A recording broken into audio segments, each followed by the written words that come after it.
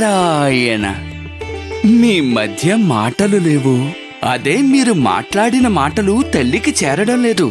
ఒకవేళ నా మాటలు దేవికి వినిపించినా ఏ ప్రయోజనమూ లేదు.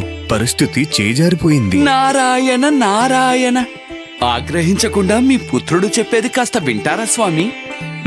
చెప్పండి స్వామి, నేను చెప్పేదేమిటంటే, మీరు మాట్లాడిన మాటలు నా తల్లి రుక్మిణీదేవికి చేరకపోయినప్పటికీ చేరకపోతే మీరు మాట్లాడడం మాత్రం ఆపకండి. నేను చెప్పేది వినరేంటి మహర్షి?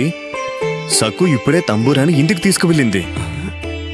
ఎవరూ మీటకుండానే తంబూరా నుండి నాదం వెలువడితే సకు ఇంట్లో వాళ్ళు కంగారు పడరు.